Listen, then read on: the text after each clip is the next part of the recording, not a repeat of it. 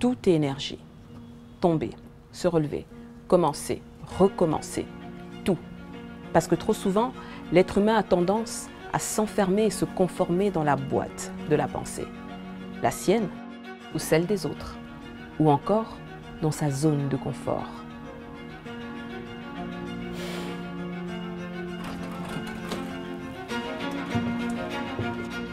Mais l'essentiel est l'état d'esprit que l'on a et de savoir de quel bois on est fait. Si on est un conquérant et si malgré tout, on part à la poursuite de ses rêves.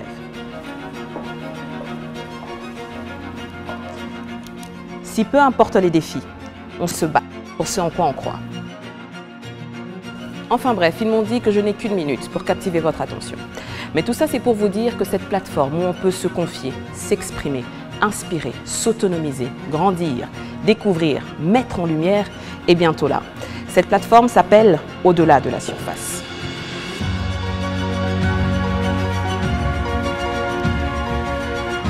Je suis Naomi Dangbélé et j'ai hâte de partager ces histoires impressionnantes et fascinantes avec vous. À très bientôt sur vos écrans.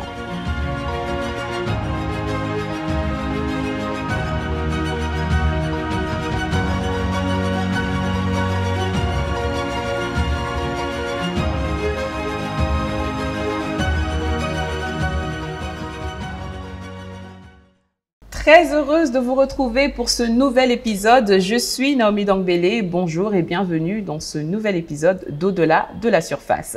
Alors, mon invitée du jour est une femme exceptionnelle qui se démarque dans le secteur de la mode et de la haute couture. Elle habille les femmes les plus distinguées et raffinées partout dans le globe terrestre, notamment la distinguée première dame de la République démocratique du Congo, la reine de Belgique, la noblesse et les bourgeoisies du Benelux, pour en citer que quelques-unes. Elle s'appelle Charlotte Kambeya. Charlotte Kambeya, que nous accueillons.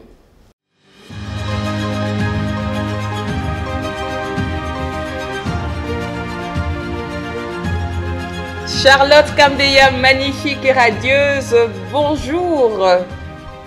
Quelle belle robe. Bienvenue sur le plateau d'Au-delà de la surface. Merci de me recevoir. Installez-vous. Merci à vous d'avoir accepté notre invitation. Alors, comment est-ce que vous vous sentez déjà?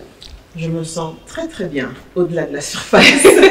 Bon, généralement, tout le monde dit tout le monde se sent toujours bien quand on arrive sur un plateau télé, mais nous, on est vraiment au-delà de la surface, donc on aimerait savoir, après toutes ces semaines de travail incessant, vous avez dû beaucoup travailler, parce qu'il y avait la campagne électorale, il y avait l'investiture, etc. Comment est-ce que ça s'est passé? C'était très intense, tu as bien raison de me poser la question, parce que voilà, j'ai quand même pris quelques jours, pas beaucoup, 2 jours, c'est déjà beaucoup pour moi, pour me reposer. Oui. Mais nous avons passé 2 mois très intenses à travailler beaucoup. On ne comptait plus les heures à l'atelier, les ouvrières mobilisées, toute l'équipe. Vraiment, nous avons beaucoup travaillé et nous sommes très satisfaits du résultat, bien entendu. J'espère que tous ceux qui ont vu nos réalisations sont satisfaits. Nous, on a vu et on adore. Donc, c'est déjà ça. Charlotte Kambeya, vous êtes styliste passionnée de la mode et de la haute couture et vous habillez, comme on l'a dit tout à l'heure, les plus grandes, les femmes les plus distinguées. Vous avez notamment évolué et travaillé pendant 15 ans en tant que responsable d'atelier en Belgique à la maison Nathan, un styliste de renommée internationale. Comment est-ce que tout a commencé? Je suis entrée chez Nathan un jour d'automne. Je pense que ça devait être en 2003. Oui. Et j'y suis restée pendant toutes ces années. Un très beau travail. Je suis une passionnée de la mode, donc j'étais vraiment dans mon élément dans la maison Nathan, où j'ai pu évoluer. Commencer d'abord à travailler uniquement sur les collections du prêt-à-porter, jusqu'à évoluer, devenir responsable d'atelier et faire toutes les belles rencontres que j'ai pu faire en exerçant ce métier.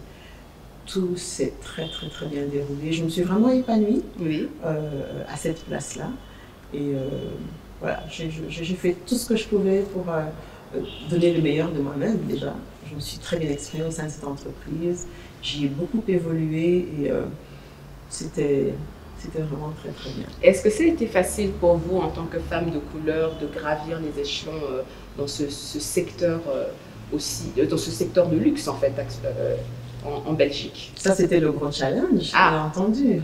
Être seule femme de couleur à travailler dans une... Seule femme de couleur en plus. Seule femme de couleur. Voilà, mais j'ai dû faire mes preuves. Vous savez, dans un environnement comme celui-là, vous devez travailler beaucoup plus que les autres. Faire des efforts, oui, mais les compétences étaient là. L'amour de ce que je faisais était là et j'ai essayé de faire la différence. J'ai été très très vite remarquée par ma manière de me comporter, mon acharnement sur le travail. Et je pense que ça n'a pas été facile, hein, j'imagine. Mais j'ai pu gravir les échelons de cette manière-là. Les challenges étaient très très très durs à relever, je te l'avoue. Parce que si au niveau des collègues, les gens arrivent tout de même à vous accepter, étant donné les compétences que vous avez, au niveau de la clientèle, c'était beaucoup plus difficile. J'imagine. Quand les gens vous voient la première fois, on présente la responsable d'atelier, ils sont un petit peu réticents, ils se disent tiens, qu'est-ce qu'il nous vient faire là? Et après, vous devez simplement leur montrer de quoi vous êtes capable. Je me suis toujours efforcée à avoir une très très bonne attitude vis-à-vis de la clientèle, beaucoup de politesse, beaucoup de courtoisie. Ça va être dur dans ce genre de moment, quand on a quelqu'un de désagréable et qu'on doit rester... C'est beaucoup d'efforts, beaucoup d'efforts à faire et il faut avoir une très très grande maîtrise à ce moment-là devant quelqu'un qui... J'ai beaucoup de petites anecdotes. Hein. Je me retrouve un jour devant une cliente qui me voit, qui a un sursaut et qui demande où se trouve l'ancienne responsable d'atelier. Carrément. Ah oui, carrément. Et j'ai dû très poliment lui dire, écoutez madame, vous allez devoir faire avec moi. Cette dame n'est plus là, c'est moi qui la remplace. Elle a reposé la question 2-3 fois. Et voilà, on lui a fait comprendre que désormais, elle aurait affaire à moi. Et je vous assure que ce n'est pas facile. Mais il faut rester poli, courtoise et tout simplement faire son travail. Au-dessus de ça, c'est ce qu'on remarque. Je tiens de source sûre que vous avez également été inspirée par votre maman. Quelle était votre relation avec votre mère? Une relation que j'aurais du mal à décrire ici. Ma relation avec maman était très très forte. Mais depuis mon plus tendre âge, hein, j'ai déjà raconté que j'ai grandi dans une maison avec une maman couturière et une grande sœur couturière. J'ai toujours voulu faire comme maman, qui me faisait de belles robes. Et je me demandais comment elle faisait. Je la voyais couper, je la voyais monter. Et quand je mettais ses robes sur moi, ses robes tombaient très bien. Je lui posais des questions. Elle me répondait avec des termes techniques que je ne comprenais pas. Alors, il y a eu une soif, une curiosité. Je voulais comprendre comment elle faisait. Je voulais... Je disais, maman, comment tu fais pour qu'une manche tombe comme ça? Elle me disait, non, je l'ai coupée de telle et telle manière. La relation avec maman était très très forte. Aussi bien à ce moment-là, où je me cherchais un petit peu, mais même adulte, quand je me suis rendu compte que tout ce que je devenais était grâce à elle, mon attachement a été encore plus fort. Ah oui, j'imagine. Parce que voir cette maman sans rides, très jeune, toujours très raffinée, très chic, elle était très exigeante, très très difficile. Elle aimait le beau, elle aimait que les choses soient toujours à leur place, elle aimait la propreté. Et quand vous vous rendez compte que tout ce que vous faites, vous le tenez d'elle, respect maman, respect. Et maman n'est plus parmi nous depuis 2 ans. Ah oui, c'est vrai. Ça a été très très très dur de l'accepter, mais c'était la volonté de Dieu. Maman a fait son temps, elle est partie à presque 91 ans. Ah oui. Oui, c'était à 1 mois de 91 ans. Elle a très très bien vécu. Elle est partie très très sereinement, très calmement. Et la relation était vraiment très très forte. Ça se ressent. Je le ressens d'ici. Quand j'entends votre beau récit, je le ressens d'ici. Est-ce que vous saviez, à ce moment-là où vous étiez en train d'observer votre mère, qu'aujourd'hui, vous serez la femme que vous êtes? c'est-à-dire la femme qui a excellé dans ce secteur de la mode, qui est très difficile également d'habiller ces grandes figures que l'on regarde qu'à la télé ou qu'on admire. Est-ce que vous saviez au fond de vous que vous en arriviez là? Pas du tout. Quand j'étais petite, toute petite, je pense jusqu'à 9-10 ans, je rêvais d'être hôtesse de l'air.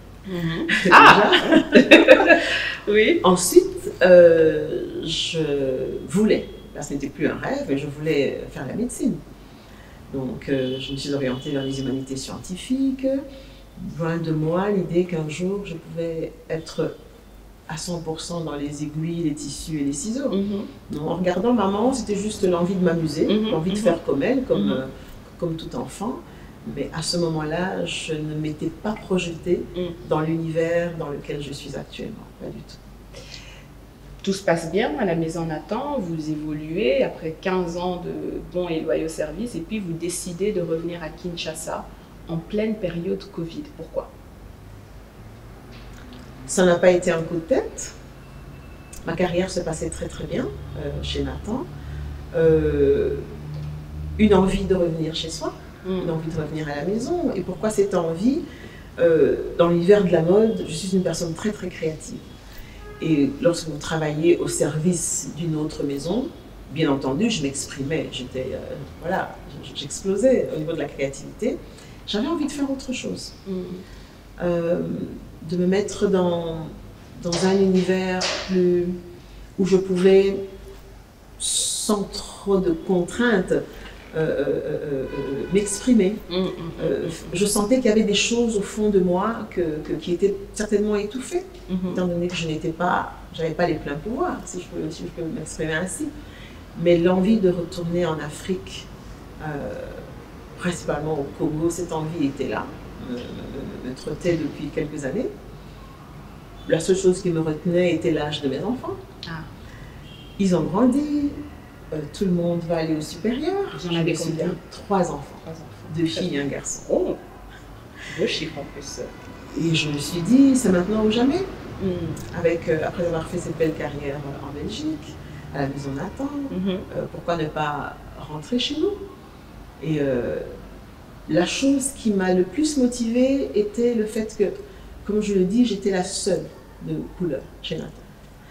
Et j'avais reçu énormément de stagiaires pendant toute ma carrière là-bas.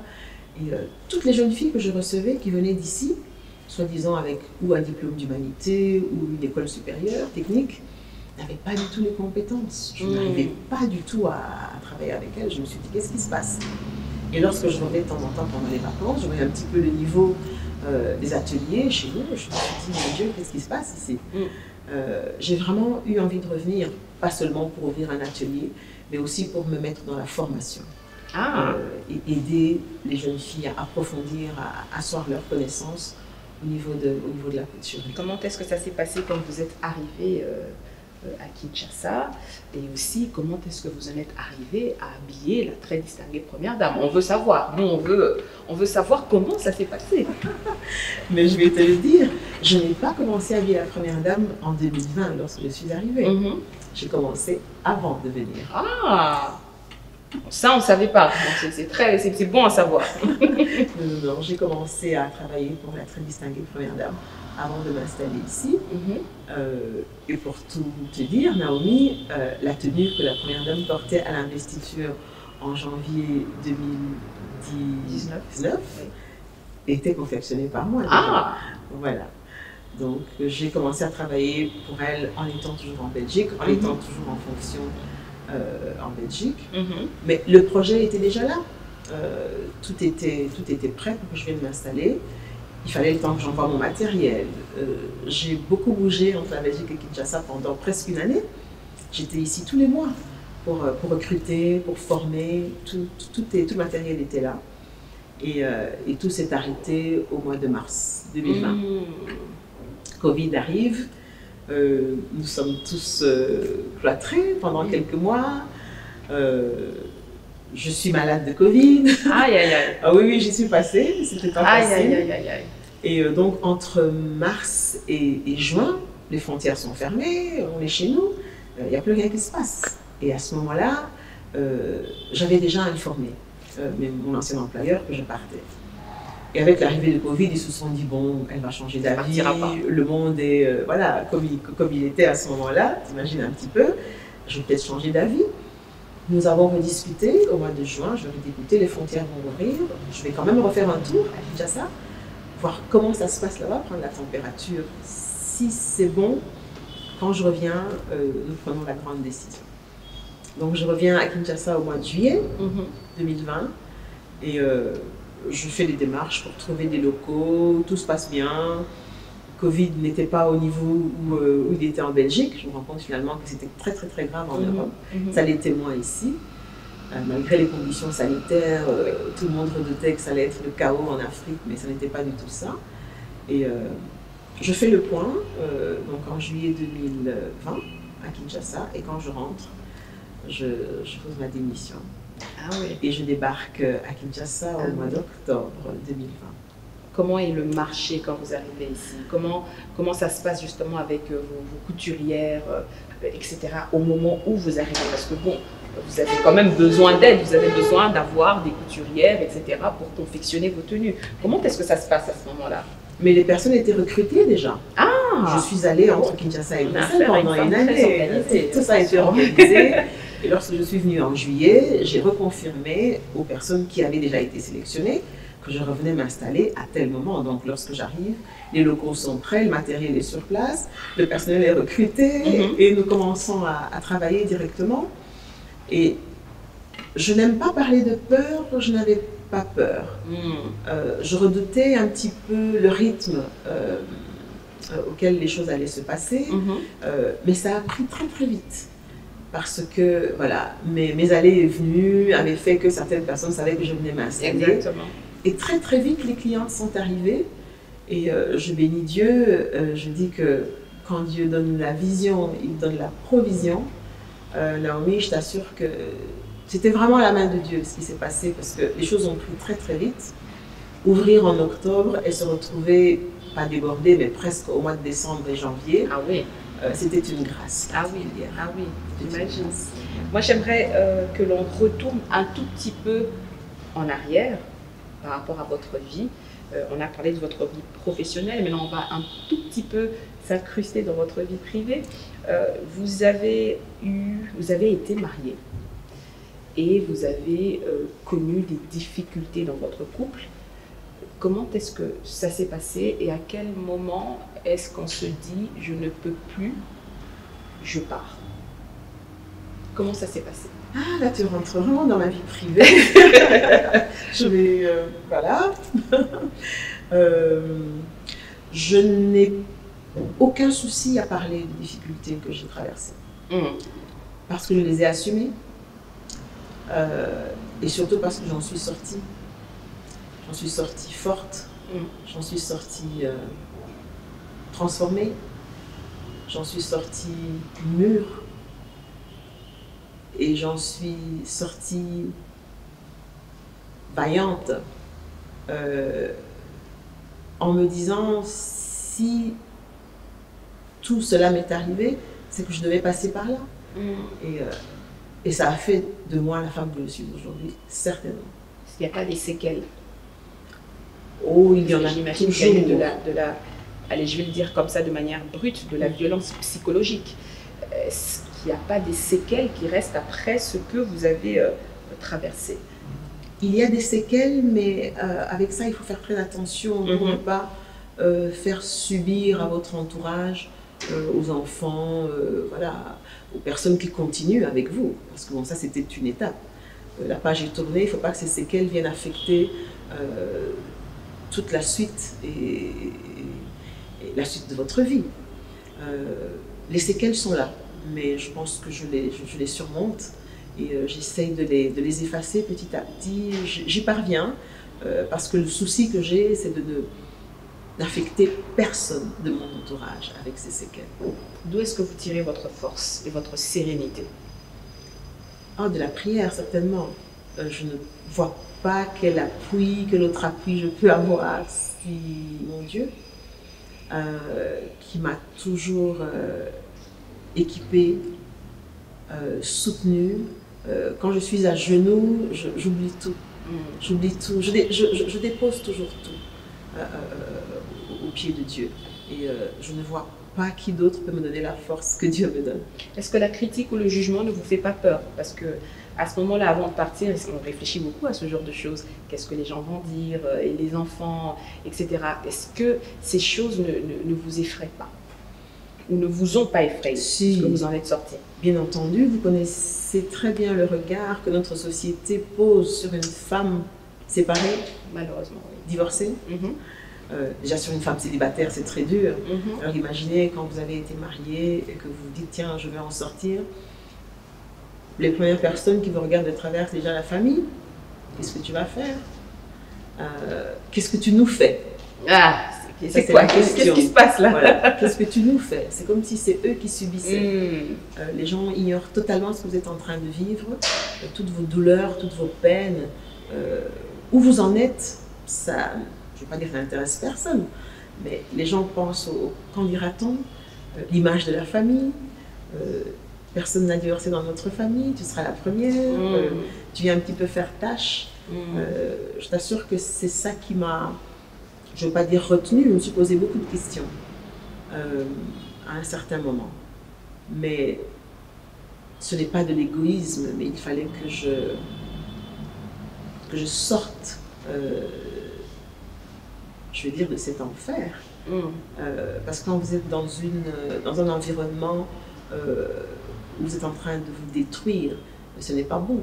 Ce n'est pas bon pour les enfants non plus, c'est bien de penser aux enfants. Mais quelle image vous donnez à ces enfants si le cadre que vous leur offrez n'est pas un cadre équilibré, s'ils ne sont pas dans le calme, ils sont affectés de toutes les manières. Donc il fallait faire un choix et sortir de cet environnement et essayer de leur faire vivre autre chose. Je me suis dit, allons-y. Et je vais affronter tous ces regards, je vais faire face, ils vont s'habituer à mon nouveau statut. Je pense que depuis, c'est fait. Est-ce que vous pensez à vous remettre en couple? Je ne sais pas ce que l'avenir me réserve. Y penser, non. Si ça se fait, j'analyserai. C'est une très belle femme, attention. Charlotte Kambeya, on voit une femme d'une posture sûre, vous avez beaucoup de sérénité, vous êtes assise de manière très élégante, vous répondez très bien aux questions. On a l'impression que rien ne vous transperce. Quelles sont les choses qui vous sortent de vos gonds? Ah, Naomi, il y en a quelques-unes. Hein? On aimerait bien savoir lesquelles. La première chose, c'est je ne supporte pas le retard. D'ailleurs, vous êtes arrivé à l'heure, je tiens à préciser. Je ne supporte pas le retard, quelle qu'en soit la raison. Parfois, on peut comprendre, comme on dit, mais quand vous commencez à comprendre, ça se répète. Je ne supporte pas le retard. Et c'est un manque de respect pour soi-même, pour l'image qu'on veut donner et pour les personnes qui vous attendent. Il ne faut pas être en retard. Il faut être à l'avance ou il faut être à l'heure. Je ne supporte pas toute forme d'imperfection, quel que soit le domaine. Je n'aime pas les imperfections, j'aime la perfection. J'essaye de m'en approcher. Je ne suis pas parfaite, nul n'est parfait. Mais j'essaye de m'en approcher le plus possible. Je n'aime pas la médiocrité sous toute forme. Voilà, ça je pense que c'est un petit peu la base, dans les petites choses sur lesquelles je dis tolérance zéro. Voilà. On l'a dit tout à l'heure, vous êtes dans le domaine du luxe, on le sait tout simplement de par votre cible également, parce que vous habillez les femmes distinguées et raffinées. Qu'est-ce que vous pensez des personnes qui disent que vous êtes snob? Snob? Moi, snob? Les personnes qui disent que je suis snob ne me connaissent tout simplement pas. Je ne suis pas du tout snob. Je suis une personne qui aime vivre de manière très calme, très effacée. Je suis une personne très réservée, très discrète. Je n'ai pas de garde du corps, je n'ai pas d'escorte. Je vis de la manière la plus simple et la plus sobre parce que j'aime la quiétude. Le fait d'avoir choisi ou ciblé une certaine clientèle ne peut pas faire qu'on m'attribue ce qualificatif-là, je le refuse totalement. C'est un univers que j'ai choisi, un univers dans lequel j'ai évolué, tout simplement. Je ne suis pas la seule, il y a des maisons de luxe qui pullulent dans tout Kinshasa. Les gens vont vous dire après, oui, le niveau de vie sur Kinshasa, mais oui, la haute couture à Kinshasa, oui, par une Congolaise aussi, pas que par les marques étrangères. Moi, je ne rougis absolument pas quand j'entends ce qualificatif, Naomi. Voilà, je suis congolaise, le Congo est un pays riche, est-ce que je dois rougir de ça? Non, je ne vais pas en rougir. Je suis originaire d'une province riche, où on trouve du diamant. Est-ce que je vais rougir de mes origines? Non. Après, de par mes origines, j'aime le luxe et j'aime le diamant. Est-ce que je vais rougir de ça? Pas du tout, j'assume totalement l'univers dans lequel j'ai choisi d'évoluer. Charlotte Kambeya, on va passer donc au moment où je vous invite à vous diriger vers la zone de vérité, une zone sans faux phare ni faux fouillant. Vous êtes face à vous-même, vous parlez, vous êtes toute seule dans cette zone et vous répondez sincèrement, en toute franchise, aux questions. La zone de vérité que je vous invite à découvrir tout de suite. J'y vais. Moi, je reste ici, je ne bouge pas.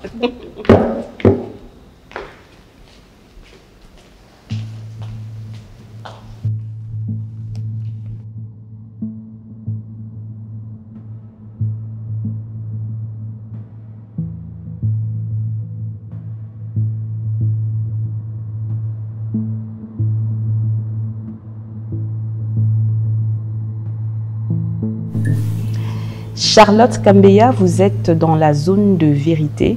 Je vais tout de suite y aller avec la première question. Si on avait une machine à remonter le temps, à quelle époque de votre vie vous irez pour changer quelque chose? Je retournerai au moment où j'ai dû faire des choix très très importants pour m'engager dans une vie commune et j'aurais fait un meilleur choix. Si votre vie devait être le titre d'un livre, qu'est-ce que ce serait? Je dirais que le titre de ce livre tournerait autour de la famille, de l'unité, de l'amour. Ce serait un thème comme celui-là, qui tournera certainement autour de la famille, de l'unité et de l'amour. Selon vous, qu'est-ce que votre maman penserait de vous aujourd'hui? Maman est partie en étant déjà très fière de moi, parce qu'elle a vu mon parcours. Et là, aujourd'hui, tu n'imagines pas quand je suis dans des situations où je suis très très heureuse, je sens son regard sur moi, en train de me dire, ma fille, j'ai toujours su que tu y arriverais, vas-y, ne t'arrête plus, je t'aime. C'est ça qu'elle me dit. Que voulez-vous transmettre à vos enfants? Toutes les valeurs que mes parents m'ont transmises. Respect, avant tout. Amour, franchise, toutes les valeurs de la famille. Je suis quelqu'un qui tient beaucoup à la famille et j'ai éduqué mes enfants en Europe, mais à la dure, à l'africaine. Et j'en suis très très très fière, mais j'apprends à mes enfants aussi en vivant en Europe à ne pas oublier leurs origines africaines et surtout d'en être très très très fière. On a discuté de ce que vous avez vécu dans votre relation passée. Que diriez-vous à une femme qui est dans une relation abusive, qui veut partir, mais qui a peur du qu'en dira-t-on et des préjugés? Je lui demanderais d'enlever sa peur, parce que la peur est le frein à tout avancement. Qu'elle enlève sa peur, qu'elle analyse sa situation et qu'elle fasse le meilleur choix. Si elle choisit de rester dans cette relation, qu'elle assume, mais elle va y mourir à petit feu. Et je lui conseillerais de faire le meilleur choix, celui de se convaincre qu'on peut vivre bien, s'épanouir et faire des projets en étant en dehors de ce cadre-là, qui est très toxique. Quelle est la plus belle image qui vous vient à l'esprit? Dans le passé, présent ou même futur? Que voyez-vous avec votre esprit, avec le sourire et les étoiles dans les yeux? Je vois mon enfance, famille aimante, équilibrée. Je me vois courir à l'extérieur. Tout était toujours rose, tout était toujours très très bien. Et papa qui me parlait tous les soirs sur une grande véranda.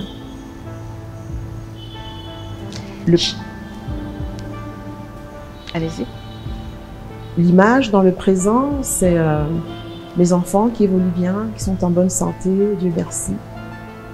Et l'avenir, je me vois avoir une retraite paisible, entourée d'enfants, petits-enfants et arrière-petits-enfants, et en bonne santé. Quelle est votre plus grande peur à l'heure actuelle? Je n'aime pas le mot peur.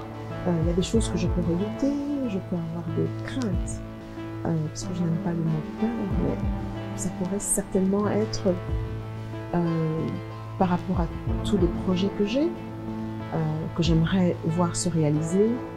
Et je prie tous les jours pour continuer à avoir la force et la santé pour pouvoir réaliser tout ce qui est dans ma tête, parce que dans ma tête, ça bouillonne. J'ai encore beaucoup de choses à réaliser. Charlotte Kambeya, merci de votre franchise. Vous avez été dans la zone de vérité où vous vous êtes dévoilée et avez parlé de vous-même. Je vous prie de revenir sur le plateau.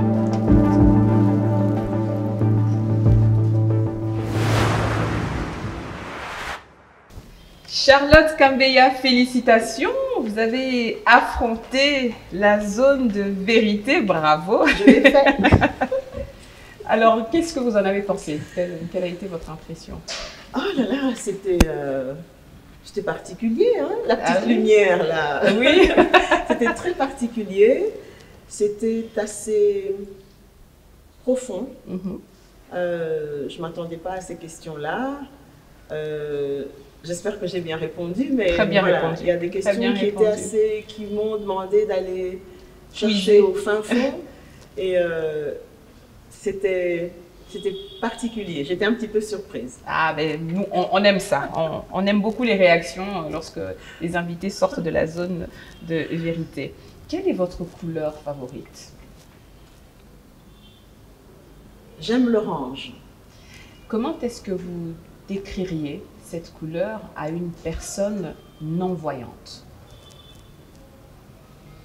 Dans la des questions, une personne non-voyante qui ne perçoit pas comme moi, je lui parlerai de chaleur, feu, intensité, et je lui ferai certainement goûter un fruit pour qu'elle puisse relier ce que je venais de lui dire à un goût. Je lui ferai goûter une orange très sucrée et une mandarine. Vous êtes profonde. Oui. Vous créez plusieurs styles de vêtements. Quel est selon vous le vêtement indispensable dans la garde-robe d'une femme?